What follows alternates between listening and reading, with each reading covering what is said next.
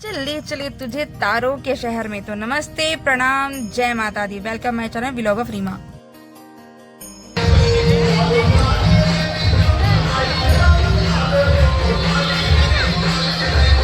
चलते चलते हम सबसे पहले देवी माँ के दर पे पहुंचे। हमारी पुरानी बस्ती की देवी माँ, सबसे मान्य देवी, चक्रधरपुर की सबसे पहला दर्शन हमने चक्रधरपुर की मान्य देवी, पुरानी बस्ती की देवी माँ का दर्शन किया। वहाँ का सबसे पहला पंडाल हमने दर्शन किया। उसके बाद ही हमने धीरे धीरे सारे पंडाल में जाके दर्शन किए और काफी मनमोहक था।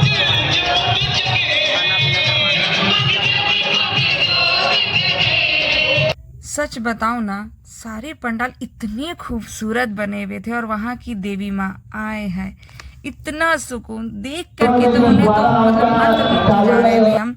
और हर पंडाल की एक अपनी अलग खूबसूरती होती है, जो इतने महीनों की सोच होती है, हर कलाकार की इतनी गहरी सोच होती है जिसे वे पंडाल द्वारा दर्शाते हैं। माता उन पर अपना हमेशा कृपा बनाकर रखें। और ये देखिए इतनी इतनी खूबसूरती से बना हुआ था ये पंडाल।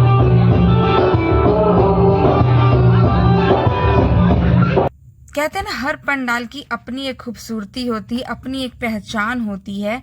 तो इस पंडाल की खूबसूरती सूप और दलिये से थी। और कहते हैं ना कि नेक्स्ट त्योहार हमारा छठ है, तो शायद कुछ सोच वहीं से आई हो, है ना।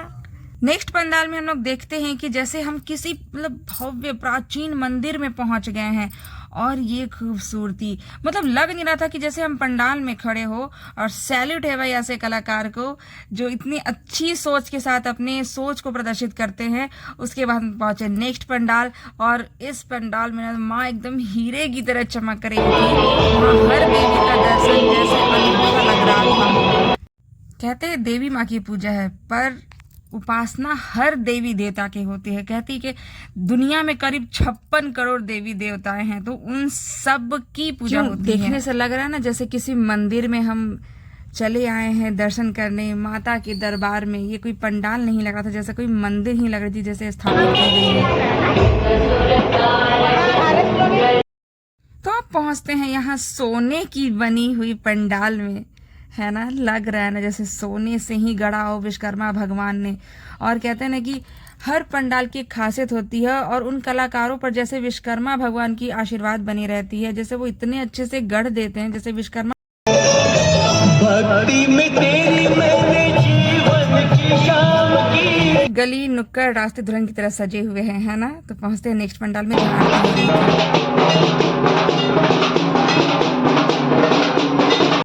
तो यहाँ हम पहुंचे थे बहुत सही समय पर, जहाँ पे आरती चल रही थी और बहुत अच्छे से ढोल नगाड़े बज रहे थे, बड़ा आनंद आ रहा था।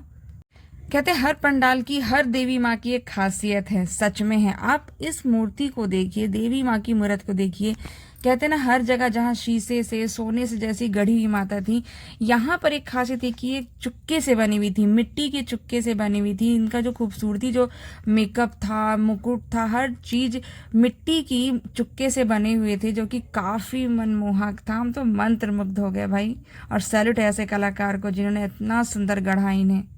तो मन तो नहीं हो रहा था इस पंडाल से जाने का, पर फिर भी मैं जल्दी जल्दी रिकॉर्डिंग करके सोची माँ का दर्शन करके निकलूं, क्योंकि भीड़ इतनी अधिक थी नवमी के दिन ना, मतलब पैर रखने तक की जगह नहीं थी। तो हे माँ अपनी कृपा हम पर बनाए रखना। तो यहाँ भी कुछ दलिये सूप की ही सजावटी की गई थी।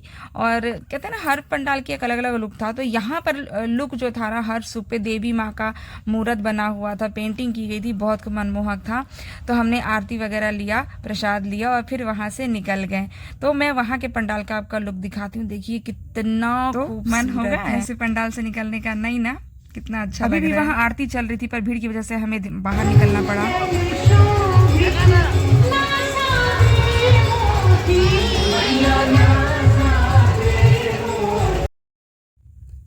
तो माँ की मूर्त से तो कहते हैं ना कि मतलब आंख हटाने को मन नहीं कर रहा था। और हर जगह इस टाइम में ना आरती चल रही थी, तो बस हम आरती का ले करके हम लोग प्रसाद लेके बस हम निकलते जा रहे थे। और सबसे आखिरी पंडाल हमने घूमा, वो था बहुत खूबसूरत, और हर पंडाल की अपनी खासियत थी।